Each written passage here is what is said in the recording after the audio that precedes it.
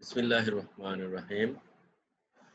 সুপ্রিয় শিক্ষার্থীবৃন্দ, সুস্থ আছো ইনশাআল্লাহ সবাই। আমরা আজকে আলোচনা করব আধুনিক কোয়ান্টাম বলবিজ্ঞানের সূত্রপাত, শ্রোডিঙ্গার সমীকরণ এবং তার সাথে সংশ্লিষ্ট বেশ কয়েকটি বিষয়। শ্রোডিঙ্গার সমীকরণ আমাদের কেন প্রয়োজন? নিউটনের দ্বিতীয় সূত্র যেমন চিরায়ত বলবিজ্ঞানের মৌলিক সমীকরণ, ঠিক তেমনি কোয়ান্টাম বলবিজ্ঞানের মৌলিক সমীকরণ হলো শ্রোডিঙ্গার সমীকরণ। বস্তুর উপর বলের ক্রিয়ায় বস্তুর গতির পরিবর্তনজনিত ঘটনা সমস্ত কিছু আমরা নিউটনের দ্বিতীয় সূত্র দিয়ে ব্যাখ্যা করে থাকি। তেমনি শ্রোডিঙ্গার সমীকরণ দিয়ে আমরা কোয়ান্টাম বলবিজ্ঞানের সমস্ত ঘটনাগুলো ব্যাখ্যা করব। এখানে আমরা তরঙ্গ ফাংশন বিবেচনা করব। সেই তরঙ্গ ফাংশনের কাছ থেকে ওই সিস্টেম সম্পর্কিত সমস্ত তথ্যাদি আমরা পেয়ে যাব। এই সমীকরণের বৈশিষ্ট্য হলো এটি বস্তু কণার তরঙ্গ ধর্ম এবং কণা ধর্ম দুটোকেই একই সাথে প্রকাশ করে। তরঙ্গ ধর্ম এবং কণা ধর্ম আমরা জেনে এসেছি ডি ব্রগলি, বিজ্ঞানী লুই ডি ব্রগলি, তিনি বস্তুর কণা ধর্ম এবং তরঙ্গ ধর্মের মধ্যে একটি সম্পর্ক স্থাপন করেন। তিনি প্রথম ধারণা দেন যে বস্তুর কণার যেমনি কণা ধর্ম রয়েছে তেমনি সুবিধাজনক পরিস্থিতিতে সে তরঙ্গের মতো আচরণ করে, এবং এই দুটোকে একত্রিত করে তিনি একটি সমীকরণ প্রদান করেন যেটি বিখ্যাত ডি ব্রগলি সমীকরণ নামে পরিচিত। শ্রোডিঙ্গার সমীকরণে সেই তরঙ্গ ধর্ম এবং কণা ধর্ম দুটোই প্রকাশ করবে শ্রোডিঙ্গার সমীকরণ। বোর তার হাইড্রোজেন পরমাণুর শক্তি স্তর বিশ্লেষণে তাত্ত্বিকভাবে দেখান যে পারমাণবিক শক্তি স্তরগুলো কোয়ান্টাইজড। এটা সম্পূর্ণই থিওরিটিক্যাল, তত্ত্বীয় বিবেচনা ছিল। পরবর্তীতে এই বিশ্লেষণে চিরায়ত বল এবং প্ল্যাঙ্ক এবং আইনস্টাইনের কোয়ান্টাম তত্ত্বের সমন্বয় তৈরি। কিন্তু শ্রোডিঙ্গার সমীকরণের সমাধান থেকে প্রাপ্ত হাইড্রোজেন পরমাণুর শক্তি কোয়ান্টাইজড, অর্থাৎ প্রাথমিকভাবে বোরের তত্ত্ব থেকে আমরা হাইড্রোজেন পরমাণু সম্পর্কে যে তথ্যগুলো পেয়ে থাকি, শ্রোডিঙ্গার সমীকরণ থেকে আমরা সেই একই তথ্যগুলো পেয়ে থাকি, দুটো মিলে যায়। কিন্তু চিরায়ত তত্ত্ব অনুসারে রৈখিক ছন্দিত স্পন্দকের শক্তি স্তর হলো En equal to NH new. আমরা জানি H হলো প্ল্যাঙ্কের ধ্রুবক, নিউ হলো কম্পাঙ্ক। তাহলে রৈখিক ছন্দিত স্পন্দকের লিনিয়ার হারমোনিক অসিলেটরের শক্তির রাশিমালা হলো E equal to NH new, N হলো কোয়ান্টাম সংখ্যা।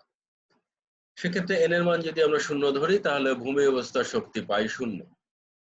কিন্তু শ্রোডিঙ্গার সমীকরণের সমাধান থেকে আমরা রৈখিক ছন্দিত স্পন্দকের শক্তি স্তর পাচ্ছি En equal to n plus half h omega.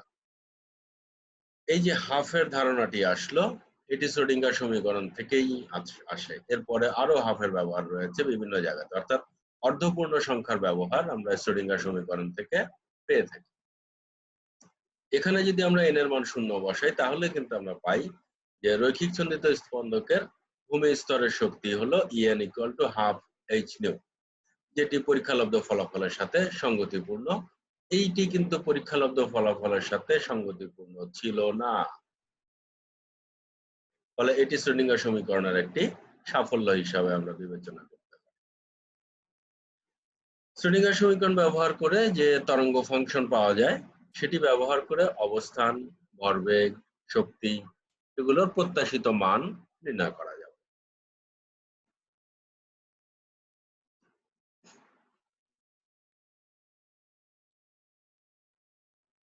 De Broglie তার বস্তু তরঙ্গ মতবাদ প্রকাশের প্রায় পরপরই 1925 খ্রিস্টাব্দে আরউইন শ্রোডিঙ্গার এ তরঙ্গের গতির সমীকরণ প্রকাশ করেন এবং তরঙ্গ বলবিজ্ঞান নামে এক গাণিতিক তত্ত্ব গড়ে তোলেন।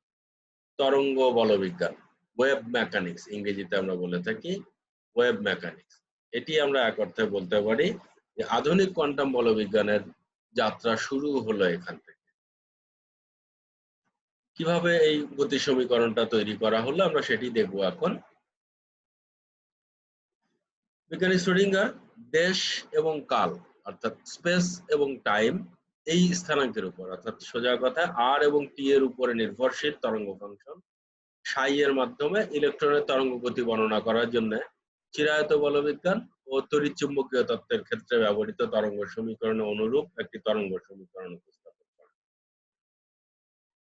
এখানে দুটো তরঙ্গ, পুরাতন তরঙ্গ সমীকরণ যেগুলো আমাদের পরিচিত, একটি হলো চিরায়ত বলবিজ্ঞানে। চিরায়ত বলবিজ্ঞান বলতে আমরা পরে যখন সমীকরণটি ব্যবহার করব তখন দেখব যে সাধারণ তরঙ্গের যে সমীকরণ, অগ্রগামী তরঙ্গের যে সমীকরণ, এই সমীকরণ থেকে শুরু করে তিনি তার শ্রোডিঙ্গারের সমীকরণটি প্রতিষ্ঠিত হয়েছে, বা একই রকম ভাবে তড়িৎচুম্বকীয় তত্ত্বের ক্ষেত্রে আমরা যে তরঙ্গের সমীকরণ, অগ্রগামী তরঙ্গের সমীকরণ ব্যবহার করে থাকি, সেই সমীকরণ থেকে শুরু করে শ্রোডিঙ্গার তরঙ্গ সমীকরণটা প্রতিপাদন করা হয়েছে। কোয়ান্টাম বলবিজ্ঞানে বস্তু তরঙ্গের তরঙ্গ ফাংশন সাই। আমরা এমনিতে আমরা যে অগ্রগামী তরঙ্গের সমীকরণ চিনি, আমরা সেখানে কণার সরণ হচ্ছে y দিয়ে প্রকাশ করি আমরা, y = a sin 2 pi lambda vt - x। এখানে আমরা প্রকাশ করব y এর পরিবর্তে আমরা প্রতীক হিসাবে ব্যবহার করব সাই, যেটাকে আমরা বলছি বস্তু তরঙ্গের তরঙ্গ ফাংশন। বস্তু তরঙ্গ আমরা জানি যে ডি ব্রগলি বস্তু তরঙ্গ মতবাদটি দিয়েছেন। কারণ সাই y এর পরিবর্তে আমরা সাই দিয়ে প্রকাশ করব, দুটো কি তাহলে একই জিনিস? দুটো কাছাকাছি, এদের মধ্যে কিছুটা পার্থক্য রয়েছে। ব্যতিক্রম হলো y যেমনি আমরা সরাসরি পরিমাপ করতে পারতাম, সাই আমরা সরাসরি পরিমাপ করতে পারবো না। আর সাই ফাংশনটি হবে জটিল, অর্থাৎ a + ib আকারের। জটিল রাশির যে প্রকাশভঙ্গি সেই আকারের হবে আমাদের সাই। আমরা এমন একটা সমীকরণ পেতে চাই যা শ্রোডিঙ্গার তরঙ্গ বলবিদ্যার প্রতিনিধিত্ব করবে। ওই যে y যেমনি y = a sin 2 pi lambda vt - x, এটি যেমন চিরায়ত বলবিজ্ঞানে যে কোনো তরঙ্গের সমীকরণ বললেই আমরা ওই সমীকরণটি আগে লিখে ফেলি, তেমনি এখানে আমরা এমন একটা সমীকরণ পেতে চাই শ্রোডিঙ্গার সমীকরণ বলার সাথে সাথে আমরা সেই সমীকরণটি লিখব এবং সেখান থেকে ওই সিস্টেম অনুযায়ী সকল তথ্যাদি আমরা পেতে চাই। শ্রোডিঙ্গার সমীকরণ যখন আমরা প্রতিষ্ঠা করব তখন এই জিনিসগুলো, নিম্নোক্ত অনুমানগুলো আমাদের ধরে নিতে হবে যে হ্যাঁ, সমীকরণটি যেন এই বৈশিষ্ট্য থাকে, নিম্নোক্ত বৈশিষ্ট্যগুলো যেন সমীকরণটির থাকে। কি কি বৈশিষ্ট্য? একটি বলা হচ্ছে যে এটি হবে প্রথম ক্রমের সময় ব্যবকলন, ফার্স্ট অর্ডার টাইম ডেরিভেটিভ। প্রথম ক্রমের সময় ব্যবকলন দ্বারা গঠিত একটা ব্যবকলনীয় সমীকরণ। এতে সুবিধা কি আমার? যদি আমি t = 0 সময়ে আর অবস্থানে কোনো কণার তরঙ্গ ফাংশন সাই জেনে থাকি আমি, তাহলে পরবর্তী অন্য কোনো একটা সময়ে আমি ওই তরঙ্গ ফাংশনটার মান সরাসরি বের করতে পারবো, একটি মাত্র মান পাবো, অদ্বিতীয়ভাবে, unique. First order time derivative হলে আমার এই সুবিধাটি আমরা পাবো যে পরীক্ষার শুরুতে যদি আমি তরঙ্গ ফাংশনটি জানা থাকে, তাহলে পরবর্তী যে কোনো সময় আমি তরঙ্গ ফাংশনের মানটা বের করে নিতে পারবো। এটি হবে রৈখিক সমীকরণ। রৈখিক সমীকরণ বলতে আমরা কি বুঝি? সেটি হলো যে ওই সমীকরণের যদি একাধিক সমাধান থাকে, সমীকরণটির যদি একাধিক সমাধান থাকে, তাহলে তাদের লিনিয়ার কম্বিনেশন, রৈখিক সমাবেশ বা যোগাশ্রয়ী সমাবেশ কেমন করে করছি আমরা? প্রত্যেকটা সমাধানকে একটা করে ধ্রুবক দিয়ে গুণ করে তারপরে সেই গুণফলগুলোকে আমরা যোগ করছি। তাহলে সাই1 সাই2 এরা যদি ওই নির্দিষ্ট সমীকরণটির সমাধান হয়, তাহলে এদের লিনিয়ার কম্বিনেশনটাও ওই নির্দিষ্ট সমীকরণের একটা সমাধান। অর্থাৎ আমরা বলতে পারি যদি প্রাথমিকভাবে সমীকরণটির দুটো সমাধান থাকে, তাহলে প্রকৃতপক্ষে সমীকরণটির তিনটে সমাধান থাকবে। তাহলে তৃতীয় সমাধান কোনটি? তৃতীয় সমাধান হলো প্রথম এবং দ্বিতীয় সমাধানগুলোর রৈখিক সমাবেশ। এটি হবে একটি সমসত্ব ব্যবকলনীয় সমীকরণ যাতে নরমায়নের শর্ত সর্বদা সিদ্ধ হয়। অর্থাৎ আমরা যে শ্রোডিঙ্গার তরঙ্গ ফাংশনের কথা বলে আসলাম, এই সাই * সাই = যেন 1 হয়, এই শর্তটি মেনে চলবে। সাই এমন ভাবে নির্ধারিত হবে যাতে সাই স্টার সাই, আমরা এর আগে দেখে এসেছি, সাই স্টার সাই ডিভি বা ডিটাও এইটা ইকুয়াল টু 1 হয়, এই শর্তটা সে মেনে চলবে। মুক্ত কণার জন্য এই সমীকরণের সমাধান হবে একটি সমতল তরঙ্গ। সমতল মানে সমতলীয় তরঙ্গ। সমতল তরঙ্গ আমরা জানি যে উৎস থেকে যদি আমরা বহু দূরে যাই, অসীম দূরে যাই, তাহলে সেক্ষেত্রে আমরা সমতল তরঙ্গ পেয়ে থাকি, যাকে আমরা এই রকম আকৃতির একটা সমীকরণ দিয়ে প্রকাশ করে থাকি। তাহলে এটি হলো মুক্ত কণার জন্য এর আকারটা হবে এই চেহারা। মুক্ত কণা কাকে বলবো আমরা? যেখানে কোনো বিভব শক্তি কাজ করবে না, শুধুমাত্র কণার গতিশক্তি থাকবে, বিভব শক্তি থাকবে না, সেই কণাগুলোকে আমরা বলবো মুক্ত কণা। মুক্ত কণার তরঙ্গ ফাংশনটা আমরা প্রতিষ্ঠা করা দেখে নেই। এক্স অক্ষ বরাবর গতিশীল এম ভরের একটা কণা বিবেচনা করি, যার ভরবেগ এবং শক্তি আমরা জানি। আমরা বলছি ভরবেগ জানি, শক্তি জানি। আমরা এর আগের আলোচনাগুলোতে বলে এসেছি যে হাইজেনবার্গের অনিশ্চয়তা নীতি হচ্ছে কোয়ান্টাম বলবিজ্ঞানের মূল ভিত্তিগুলোর একটি। সেখান থেকে আমরা জেনে এসেছি যে কোনো কণার ভরবেগ যদি আমরা যথাযথভাবে জানি, তাহলে তার অবস্থান আমাদের অজানা, অথবা উল্টো করে অবস্থান যদি আমরা যথাযথভাবে জেনে থাকতে পারি, তাহলে তার ভরবেগ পরিমাপ আমাদের জন্য অত্যন্ত ত্রুটিযুক্ত হবে, যেটি হাইজেনবার্গের অনিশ্চয়তা নীতির মূল কথা। অনিশ্চয়তা নীতি অনুসারে এ কণার অবস্থান সম্পূর্ণ অজানা। এরূপ একটা কণার সাথে জড়িত তরঙ্গটি এক্স অক্ষ বরাবর গতিশীল, সমতলীয় এবং অবিচ্ছিন্ন ছন্দিত তরঙ্গ। আমরা এরকম একটা সমীকরণ এর আগের আলোচনাগুলোতে প্রতিষ্ঠা করে এসেছি। আর আমরা যেটা এইমাত্র বলে আসলাম যে মুক্ত কণার জন্য সমীকরণের আকারটি হবে এইরকম, এবং এটি একটি সমতল তরঙ্গ নির্দেশ করে। এটি আমরা বলছি একমাত্রিক, যেহেতু এক্স ব্যবহার করেছি আমরা, অর্থাৎ এটি একমাত্রিকের ক্ষেত্রে, ওয়ান ডাইমেনশনালের ক্ষেত্রে এই সমীকরণটি আমরা ব্যবহার করি, আর থ্রি ডাইমেনশনালের ক্ষেত্রে আমাদের সমীকরণটির চেহারা হবে এরকম, অর্থাৎ এক্স এর জায়গায় চলে আসবে আর। পি হচ্ছে কণাটার ভরবেগ, আর হলো অবস্থান ভেক্টর। এফএক্স বলের অধীনে এক্স অক্ষ বরাবর গতিশীল এম ভরের একটা কণা আমরা বিবেচনা করছি। এই ধরনের বল ক্ষেত্রে বিভব শক্তি সময়ের উপর প্রত্যক্ষভাবে নির্ভর করে না, শুধুমাত্র অবস্থান এক্স এর উপরে নির্ভর করে। অর্থাৎ বিভব শক্তি সময়ের উপরে নির্ভরশীল নয়, বিভব শক্তি শুধুমাত্র অবস্থানের ফাংশন। আর বিভব শক্তি যদি অবস্থানের ফাংশন হয়, তাহলে সেই বলকে আমরা বলি সংরক্ষণশীল বল। সংরক্ষণশীল বলের সংজ্ঞা আমরা নিচের ক্লাস পাঠ্যক্রম থেকে পেয়ে এসেছি আমরা, যে কোনো বল ক্ষেত্রের মধ্যে একটা বস্তুকে বিভিন্ন পথে ঘুরিয়ে আবার সেই প্রাথমিক বিন্দুতে নিয়ে আসলে যদি ওই বল ক্ষেত্রের বল দ্বারা কৃত কাজের পরিমাণ শূন্য হয়, তাহলে আমরা তাকে বলি সংরক্ষণশীল বল। এরকম একটি বল ক্ষেত্র আমরা এখানে বিবেচনা করছি। ধরে নিচ্ছি আমরা প্রাথমিকভাবে যে বস্তুর বেগ আলোর বেগের তুলনায় কম, অর্থাৎ আমরা এখানে রিলেটিভিস্টিক সমীকরণগুলো, আপেক্ষিক তত্ত্বীয় সমীকরণগুলো আমরা এখানে ব্যবহার করব না। এক্স অক্ষ বরাবর কণার মোট ভরবেগ যদি px হয়, তাহলে শক্তি কি হবে আমরা জানি। এই সমীকরণটি আমাদের অতি পরিচিত একটি সমীকরণ, হাফ, এটি হলো হাফ এমভি স্কয়ার, গতিশক্তি যোগ স্থিতিশক্তি ইকুয়াল টু মোট শক্তি। হাফ এমভি স্কয়ার কে আমরা এরকম সাজিয়ে লিখতে পারি P square by twice M. এই সমীকরণের উভয় পাশকে যদি আমরা, এটি যেহেতু এক্স লিখেছি আমরা, অর্থাৎ একমাত্রিক সমীকরণ আমরা বিবেচনা করছি, তাহলে সাই এক্স টি দিয়ে উভয় পাশটাকে আমরা গুণ করে নিলাম।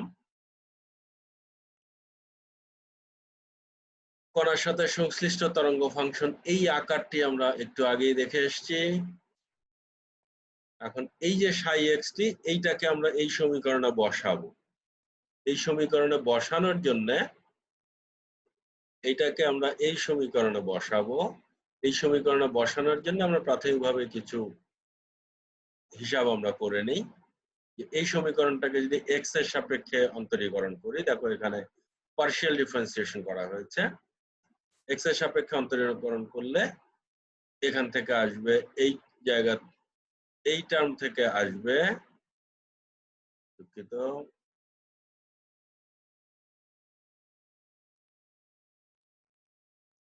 এই টার্ম থেকে, এ তো ধ্রুব রাশি, এই টার্ম থেকে আসবে হচ্ছে আমাদের এইটুকু, এ ধ্রুব রাশি, আর বাকিটা তো এটা আবার থাকবে। আর এইখানে যেহেতু এক্স জাতীয় কোনো রাশি নাই, ফলে সামনে এখান থেকে কিছু আসবে না।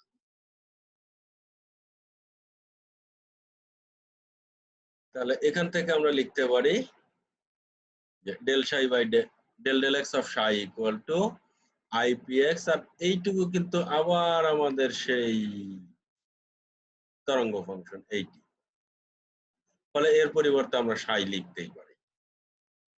আমরা এক্স থিটা অর্থাৎ সাই কার কার উপরে নির্ভরশীল এটি আমরা উজ্জ্ব রেখেছি এখানে, যেহেতু আমরা প্রথমে এখানে বলে দিয়েছি, পরবর্তীতে আর না বললে আমাদের অসুবিধা কিছু নেই, আমরা প্রথমে এটা ডিফাইন করে এসেছি।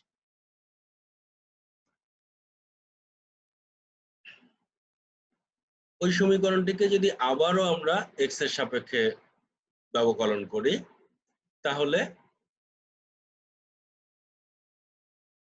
আমাদের আসবে হচ্ছে এই যে del Sai, del del x of সাই, এটি আমরা আগের ইয়েতে দেখে আসলাম। Del del x of psi হচ্ছে আমাদের IPX by H cut psi, IPX by H cut into psi. তাহলে আমরা এই মানটি এখানে সরাসরি বসিয়ে দিচ্ছি, যে এটি তো রইলই আমাদের, এটি আগের থেকেই রয়েছে, I by H cut PX এটি রয়েছে আগের থেকে, আর এইটার পরিবর্তে আমরা বসাচ্ছি এই মানটি, বসালে আমরা পাচ্ছি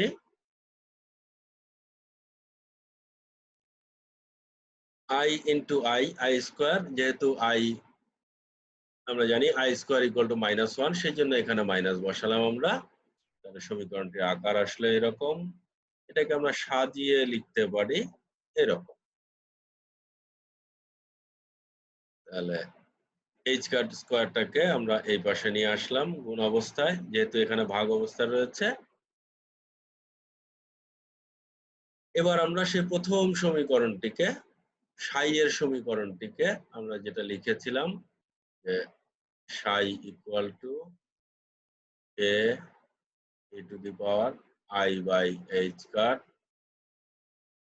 px x মাইনাস ওমেগা টি,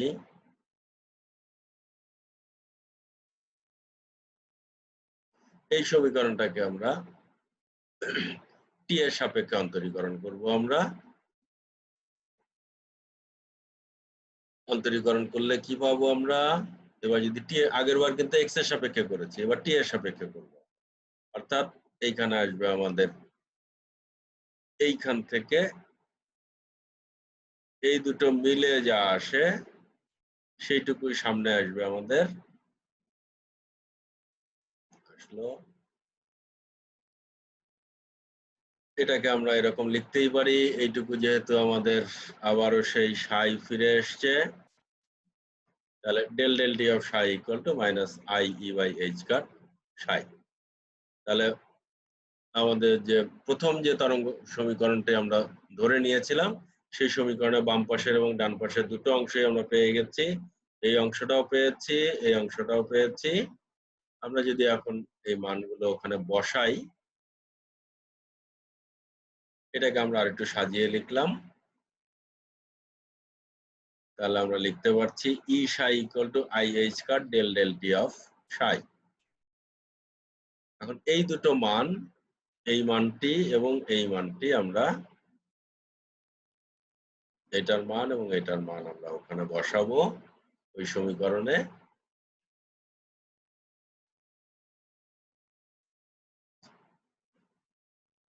যদি আমরা মান দুটো বসাই তাহলে সমীকরণটির চেহারা আসে এরকম। এখানে আবারও আমরা এই যে সাই যে এক্স এবং টি এর উপর নির্ভরশীল, এই ব্র্যাকেটের মধ্যে এই জিনিসটুকু দিয়ে আমরা বোঝাচ্ছি যে সাই হলো এক্স এবং টি এর উপরে নির্ভরশীল, যেটা আমরা এটির শুরুতেই বলে এসেছি আমরা।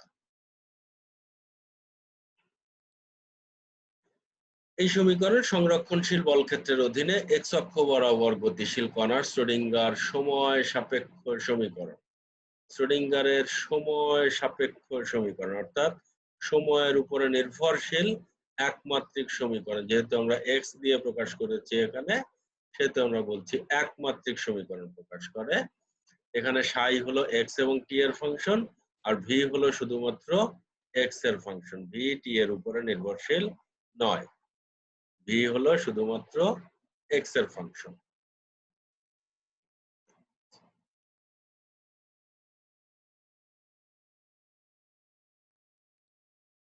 মুক্ত কণার জন্য আমরা বলেছি যে বিভব শূন্য থাকবে। যেখানে বিভব থাকবে না সেখানে কণাটি মুক্ত ভাবে আচরণ করবে। সেই জন্য মুক্ত কণার সমীকরণে আমরা ভি ইকুয়াল টু 0 বসাবো। তখন সমীকরণটির চেহারা আসবে আমাদের এরকম, minus H cut square by twice M del two del X two psi equal to I H cut del del del T of psi, অর্থাৎ এই টার্মটি আমাদের থাকছে না।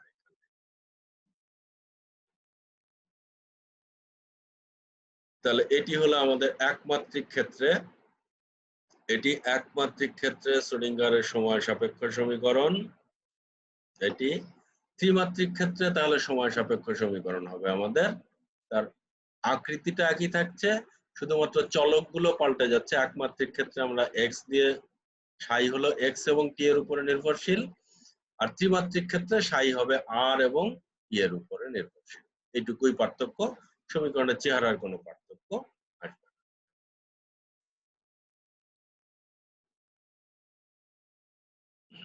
তাহলে এটি হলো শ্রোডিঙ্গারের সাধারণ সমীকরণ, যে কোনো কণার ক্ষেত্রে এটি প্রযোজ্য। আর এই সমীকরণটি যেহেতু মুক্ত কণার ক্ষেত্রে, তাহলে ত্রিমাত্রিক ক্ষেত্রে মুক্ত কণার সমীকরণ আসবে আমাদের এরকম একই রকম, শুধু এই পদটি থাকছে না।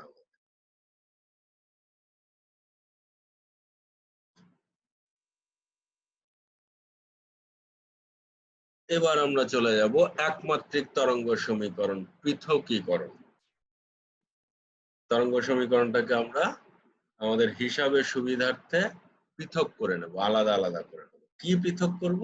আসলে এই যে আমরা এখানে বলেছি যে তরঙ্গ ফাংশনটা অবস্থান এবং সময়ের উপরে নির্ভরশীল, আমরা এখন এইটাকে অবস্থানের সাপেক্ষে আলাদা হিসাব করব, সময়ের সাপেক্ষে আলাদা তরঙ্গ ফাংশন হিসাব করব। অর্থাৎ দুটোর উপরে একই সাথে দুটোর উপরে নির্ভরশীল না রেখে আমরা একটার উপরে একটি মাত্র চলকের উপরে নির্ভরশীল তরঙ্গ ফাংশন আমরা বের করতে চাই, তরঙ্গ ফাংশন এবং তরঙ্গ সমীকরণ।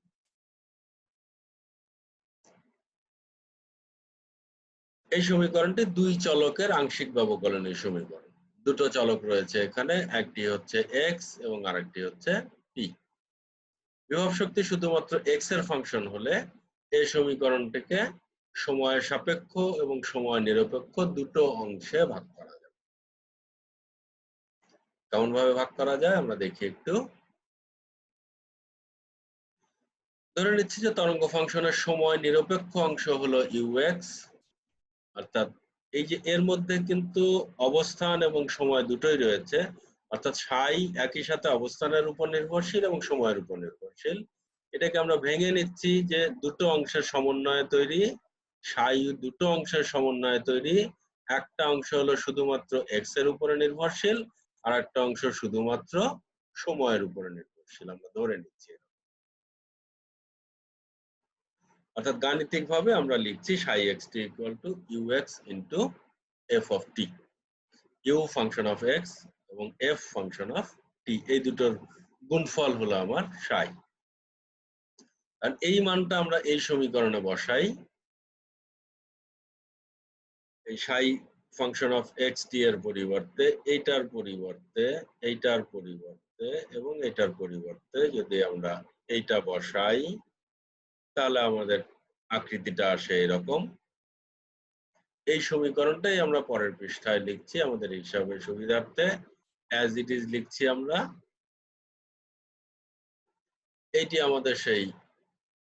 এইটি আমাদের আগের পৃষ্ঠার যে সমীকরণটি, সরাসরি সেই সমীকরণটি এখানে লিখেছি।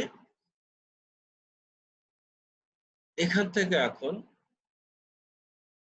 আংশিক ব্যবকলনের সূত্র অনুসারে এইটি যেহেতু আমাদের x এর সাপেক্ষে ব্যবকলন করতে হবে, ফলে আমরা x পদগুলোকে ভিতরে রাখছি আর t অন্য পদগুলোকে ধ্রুবক হিসেবে ব্যবহার করে তাকে আমরা বাইরে নিয়ে আসছি। এখানে তো ব্যবকলন নেই, ফলে যেমন তেমনই রয়েছে আমাদের। এখানে আবার যেহেতু t এর সাপেক্ষে ব্যবকলন করতে হবে, t জাতীয় রাশি বা t এর ফাংশনকে আমরা ব্যবকলনের ভিতরে রেখে বাকি রাশিগুলোকে আমরা ব্যবকলনের বাইরে নিয়ে আসছি।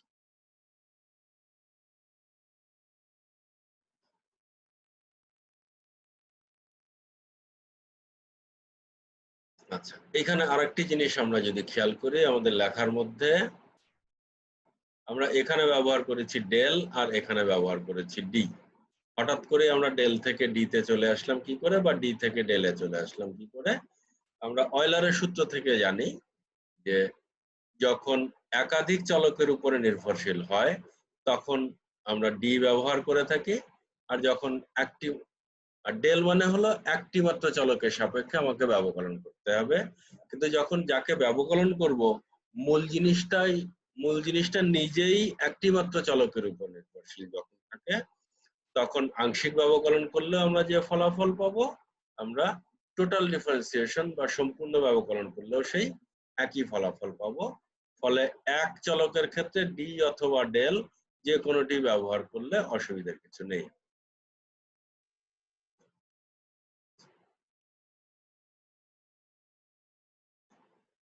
উভয় পক্ষকে আমরা ইউএক্সএফটি দিয়ে ভাগ করছি। ভাগ করার ফলে আমাদের সমীকরণটির চেহারা এরকম এসে দাঁড়ালো। এইখানে যদি আমরা খেয়াল করি তাহলে বাম পাশে দেখো টি এর উপরে নির্ভরশীল কোনো রাশি নেই, কারণ আমরা গোড়াতেই বলে নিয়েছি ভি হলো এক্স, ভি শুধুমাত্র এক্স এর উপরে নির্ভরশীল একটি রাশি। বাম পাশে টি এর উপর নির্ভরশীল কোনো রাশি নেই। আবার যদি আমরা ডান পাশটা খেয়াল করি তাহলে এখানে দেখি এক্স এর উপরে নির্ভরশীল কোনো রাশি নেই।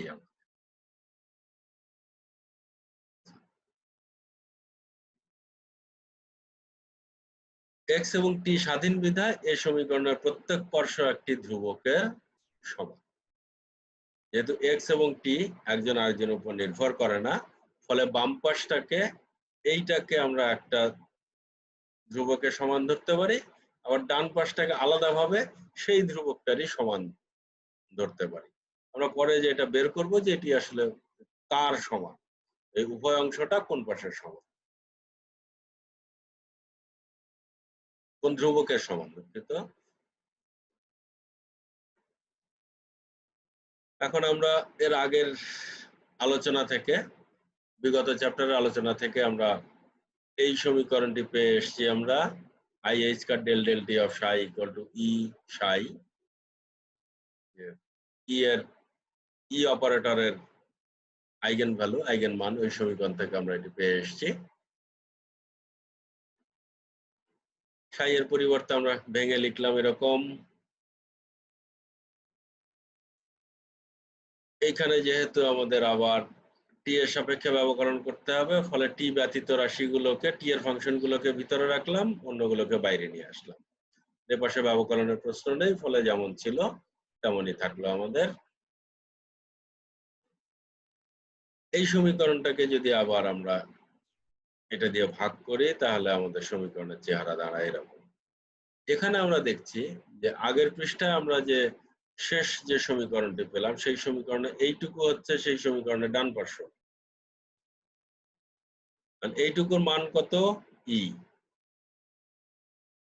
আগের আলোচনা থেকে বলতে পারি ডান পার্শ্ব যেহেতু ই এর সমান, তাহলে বাম পাশটাও অবশ্যই ই এর সমান। তাহলে এখান থেকে আমরা এগোবো সামনে। অর্থাৎ সমীকরণটির সময় নির্ভর অংশ কণার মোট শক্তির সমান, কাজে সময় নিরপেক্ষ অংশটিও মোট শক্তির সমান। এখন এইখান থেকে আমরা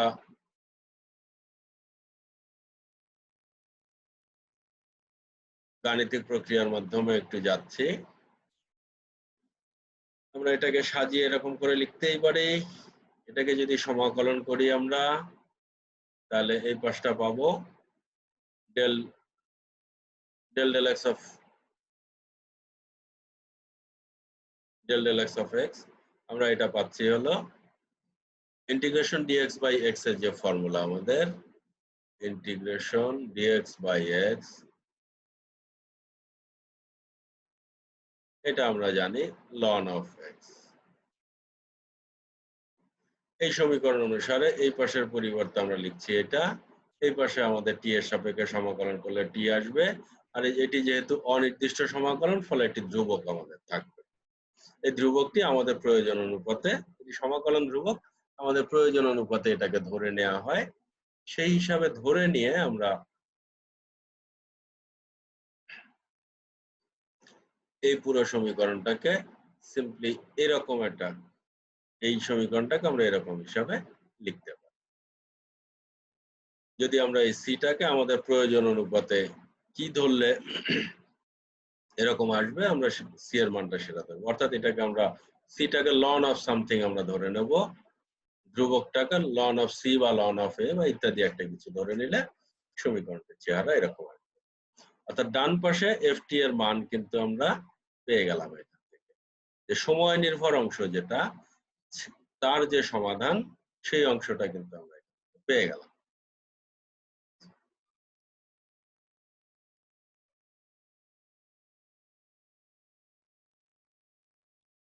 এবার সময় অনির্ভর অংশ, সময় নির্ভর অংশ যেহেতু ই এর সমান, তাহলে অনির্ভর অংশটাও সেই একই ধ্রুবকের সমান হবে। সেখান থেকে আমরা ধরে নিলাম যে এই বাম পাশটাও ই এর সমান।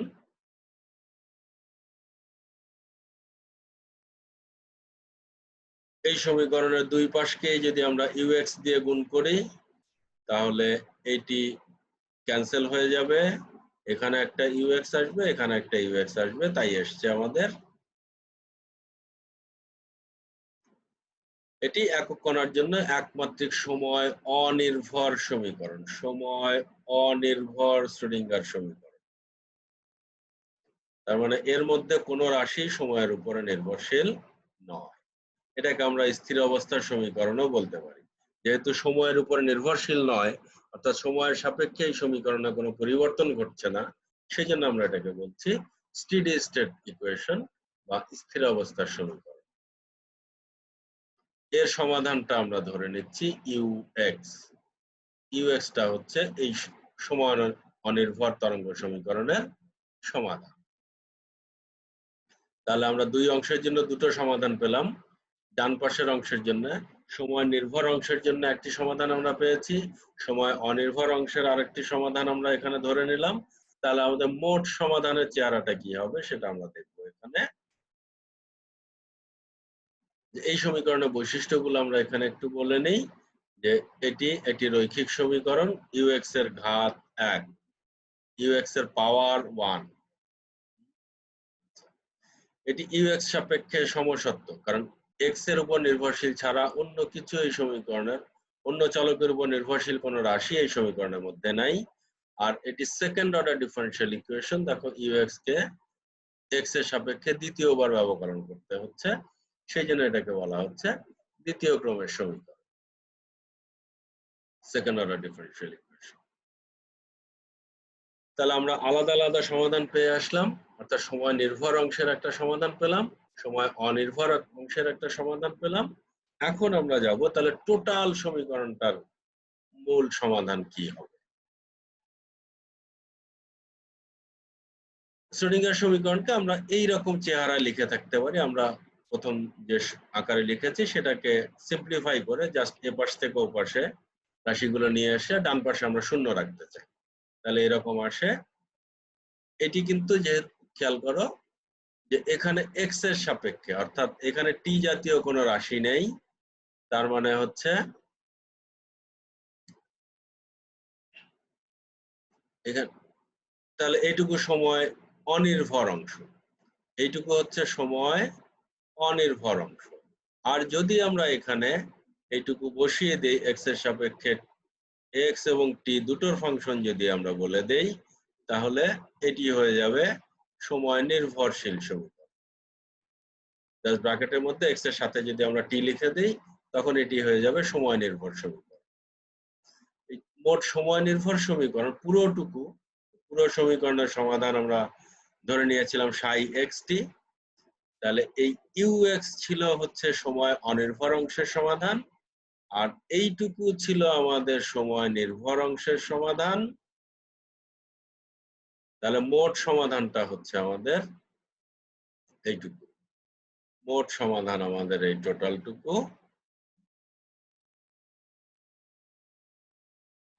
এটি হলো সময় নির্ভর সমীকরণ, অর্থাৎ টোটাল সমীকরণটার সমাধানের আকার হচ্ছে।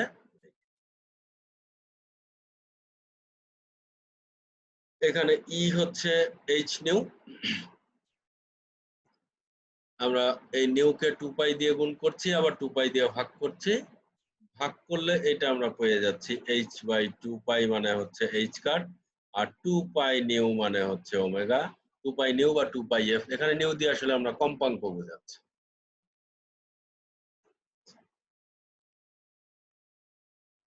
তাহলে এইখানে আমরা ই বাই এইচ কাটের পরিবর্তে আমরা কি লিখতে পারি, এখানে এই যে ই বাই এইচ কাট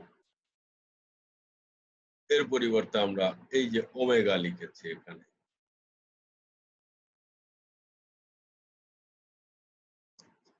এই সমীকরণ একটি নির্দিষ্ট শক্তি ই এর জন্য শ্রোডিঙ্গার সমীকরণের সাধারণ সমাধান নির্দেশ করছে। এটা হবে আমাদের সাধারণ সমাধানের আকৃতি।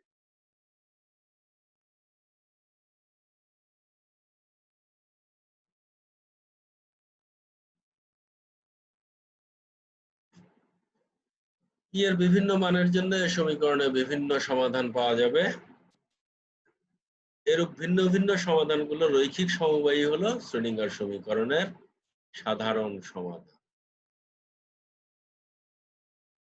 সাধারণ সমাধান বলতে আমরা বোঝাই সহজ না, সাধারণ সমাধান বোঝায় যে কোনো অবস্থার প্রেক্ষিতে, যে কোনো বাস্তব অবস্থার প্রেক্ষিতে ওই সমীকরণটি ব্যবহার করা যাবে, যেটাকে আমরা জেনারেল ইকুয়েশন বলে থাকি। জেনারেল ইকুয়েশনের অর্থ হলো যে কোনো বাস্তব অবস্থার পরিপ্রেক্ষিতে এই আকারের সমীকরণ ব্যবহার করা যাবে। আমরা বলছি যে এইটুকু ছিল আমাদের সমাধান, এইটুকু ছিল আমাদের সমাধান। আমরা এন গুলো লিখিনি ওখানে, আমরা শুধুমাত্র একটা সমাধান লিখেছিলাম। এখন এইরকম একাধিক সমাধানের সমষ্টি হচ্ছে যে ভিন্ন ভিন্ন সমাধানগুলোর রৈখিক সমবায়। রৈখিক সমবায় বলতে আমরা বুঝিয়েছি যে একটা একটা ধ্রুবক দিয়ে গুণ করে এবার সেগুলোকে যোগ করতে হবে, এই যে সেই যোগফল। সামেশন দিয়ে বোঝাচ্ছি আমরা এখানে। তাহলে এইটি হচ্ছে আমাদের পুরো সমীকরণটার জেনারেল সলিউশন। এইখানে যদি আমরা খেয়াল করি তাহলে এই যে টি নির্ভর রাশি রয়েছে, এই টি নির্ভর রাশি থাকার কারণে শ্রোডিঙ্গার সময় অনির্ভর সমীকরণ, যেটা শ্রোডিঙ্গার টাইম ইন্ডিপেন্ডেন্ট সমীকরণ, যেটা তার মধ্যে তো টি নেই, ফলে এই সমীকরণ কিন্তু শ্রোডিঙ্গার সময় অনির্ভর সমীকরণকে সিদ্ধ করবে না। বা এই সমাধান যদি আমরা সময় অনির্ভর সমীকরণে বসাই তাহলে ডান পক্ষ আর বাম পক্ষ সমান আসবে না।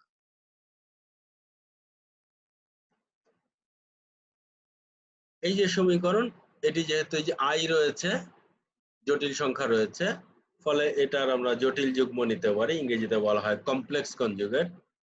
এটার কমপ্লেক্স কনজুগেট নিলে সমীকরণে যদি কমপ্লেক্স কনজুগেট নেই তাহলে সাই এর জায়গায় সাই স্টার আসবে, আর সমাধানের কমপ্লেক্স কনজুগেটটা তখন হবে এরকম। দেখো কোথায় কোথায় স্টার গুলো এসছে। যে সাই এর জন্য নিচ্ছি আমরা সিএন এর জন্য কমপ্লেক্স কনজুগেট, ইউএন এর কমপ্লেক্স কনজুগেট। এইখানে দেখো এখানে ছিল আমাদের মাইনাস আই। জটিল রাশির তত্ত্ব থেকে আমরা জানি যখন আমরা জটিল যুগ্ম নেব, জটিল যুগ্ম যখন নেওয়া হবে তখন কি হবে, যে এই কাল্পনিক রাশিগুলোর সামনের চিহ্নটা পাল্টে যাবে। এখানে আই এর সামনে মাইনাস চিহ্ন ছিল, এখানে আই এর সামনে চিহ্নটা পাল্টে গেছে, প্লাস চিহ্ন হয়েছে।